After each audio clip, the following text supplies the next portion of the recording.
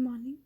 Business economics में last हमने demand यानी कि मांग की बात की थी, उसकी डिटर्मिनेंट्स डिस्कस किए थे। आज का हमारा टॉपिक है demand function and law of demand, हम डिस्कस करेंगे। स्टार्ट करते हैं डिमांड फंक्शन से। So as we know, function is a symbolic statement of relationship between the dependent and the independent variables. The demand function, it states the relationship between the demand for a product is the dependent variable and its determinant ये है क्या है, independent variables. Also a demand function may expressed as a, जैसे आपको background में दिख रहा है, dx is equal to F P X M comma P Y P C comma T comma ए।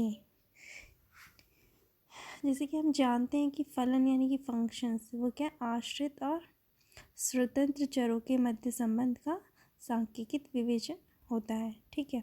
मांग फलन, डिमांड फंक्शन यानी कि किसी उत्पाद के लिए मांग या फिर किसी उत्पाद के लिए मांग और उसके निर्धारक तत्व के बीच संबंध का वर्णन करता है। ठीक है, जो कि हमने इसमें बैकग्राउंड में देखा। तो डी एक्स क्या है, quantity demanded for a quantity demanded of a product X. P X क्या है, is the price of the commodity. M is the money income of the consumer. P Y क्या है, is the price of its substitute. P C is the price of its complementary goods. T is the consumer taste and preferences. A is advertisement expenditure. Okay, अब हम law of demand की बात करते हैं। So most of us has an implicit understanding of this law of demand. The law of demand is one of the most important law of economic theory. एक बहुत important economic law है economic theory का। And the law states the nature of relationship between the quantity demanded of a product and its price. ठीक है, और ये law क्या state करता है, nature of relationship between quantity demanded of a product और उसकी कीमत, उसकी प्राइस के बीच में। According to the law of demand, other thing being equal, if the price of a commodity falls the quantity demanded of it will rise, and if the price of a commodity rises its quantity demanded will decline. ठीक है, it means there is a inverse relationship between the price and quantity demanded. ठीक है, कहने का मतलब है जैसे कि में से अधिकांश क्या है कि हम मांग के नियम को हम समझते हैं। मांग का नियम क्या है, आर्थिक सिद्धांत का एक सार्वधिक, जैसे हमने कहा, एक महत्वपूर्ण, एक इम्पॉर्टेंट नियम है इकोनॉमिक थ्योरी का।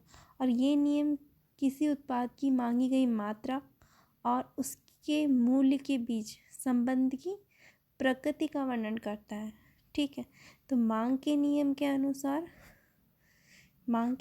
अनुसार अन्य बातें समान रहने पर यदि किसी वस्तु की मांग गिरती है तो उसकी मांग की मात्रा बढ़ेगी, और यदि किसी वस्तु का मूल्य बढ़ता है तो उसकी मांग की मात्रा क्या होगी, घटेगी। ठीक है, अतः अन्य बातें समान रहने पर मूल्य तथा मांग की मात्रा के बीच में क्या है, विपरीत संबंध होता है। ठीक है, और जो इसमें हम जो कहते हैं अदर थिंग्स बीइंग इक्वल और कांस्टेंट, वो क्या होती हैं, the other things which are assume to be equal और constant are the prices of related commodities, income of the consumers, taste and preferences of consumer, and such other factors which influence demand. ठीक है, if these factors which determine demand also undergo a change, जिन ये जो determine हैं factors हैं, अगर ये भी change होते हैं, then the inverse price demand relationship may not be hold good.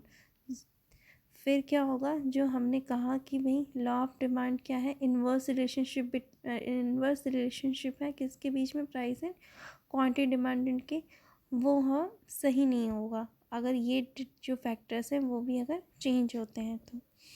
ठीक है, तो जैसे जो चीज़ों को हम स्थिर मान रहे हैं तो उनमें वो स्थिर चीज़ें क्या हैं, वस्तु की मूल्य, उपभोक्ताओं की आय, उपभोक्ता की रुचियाँ तथा प्राथमिकताएं और अन्य दूसरे घटक जो मांग को प्रभावित करते हैं।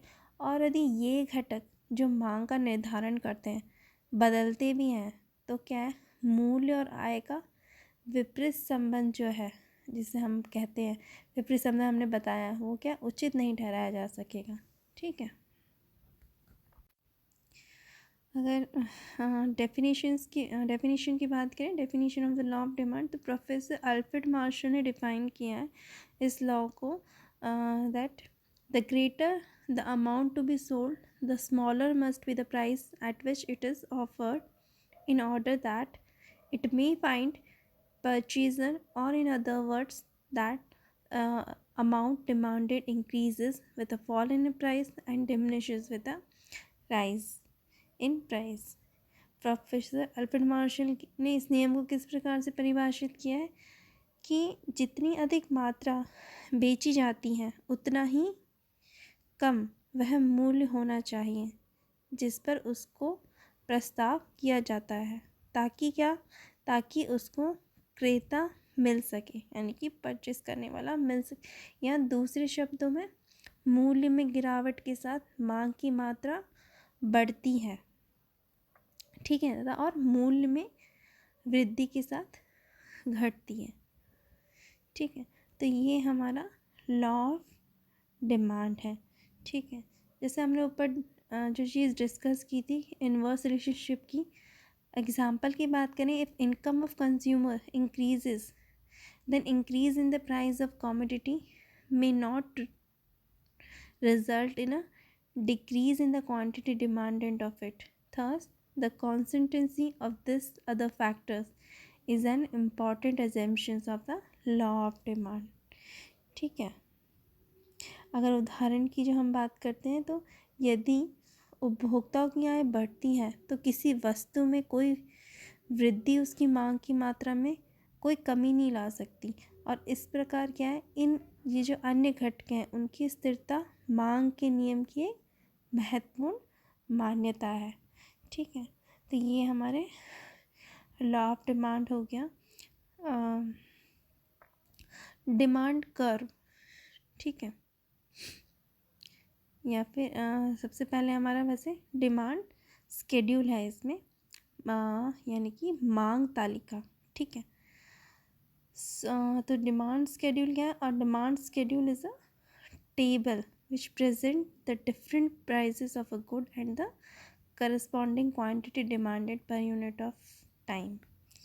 एक मांग तालिका एक ऐसी तालिका है जो समय की प्रति इकाइयाँ मांगी गई मात्रा और माल के विभिन्न मूल्यों को प्रस्तुत करती है।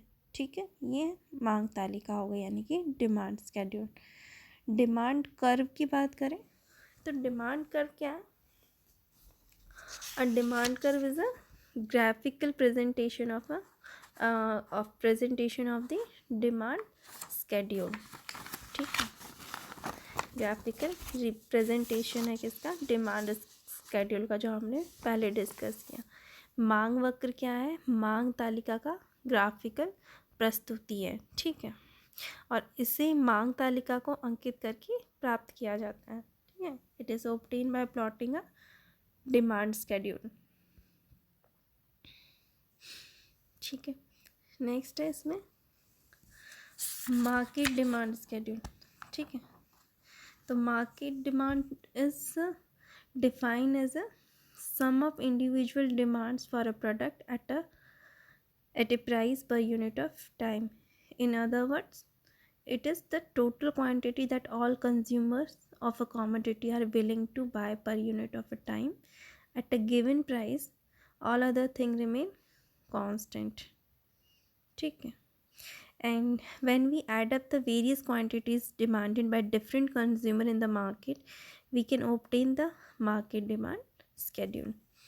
यानी कि बाजार मांग को समय की प्रति इकाई मूल्य पर किसी उत्पाद के लिए व्यक्तिगत मांगों के योग्य के रूप में परिभाषित किया जाता है।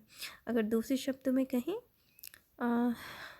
ये ऐसी कुल मात्रा है जो किसी वस्तु के सभी उपभोक्ताओं को एक निर्दिष्ट मूल्य पर समय की प्रति इकाई खरीदने के लिए इच्छुक है और अन्य बात समान रहे तो। ठीक है। और जब हम बाज़ार में अपने उपभोक्ता द्वारा मांगी गई जो विभिन्न मात्राएं को जोड़ते हैं तो हम बाज़ार मांग तालिका प्राप्त कर सकते हैं। ठीक है। तो ये हो गया हमारा बाज़ार मांग तालिका। फिर है market demand curve. Market demand curve यानी कि बाज़ार मांग वक्र। If we plot the market demand schedule, अगर हम मार्केट डिमांड शेड्यूल को ग्राफ में प्लॉट करते हैं तो हमें मार्केट डिमांड कर्व मिल जाएगा। If we plot the market demand schedule on a graph we get the market demand curve. यानी कि यदि हम बाज़ार मांग तालिका को ग्राफ में शो करते हैं, प्रदर्शित करते हैं, तो हमें बाज़ार मांग वक्र प्राप्त कर पाते हैं। ठीक है। तो ये हमारा हो गया मार्केट डिमांड कर्व।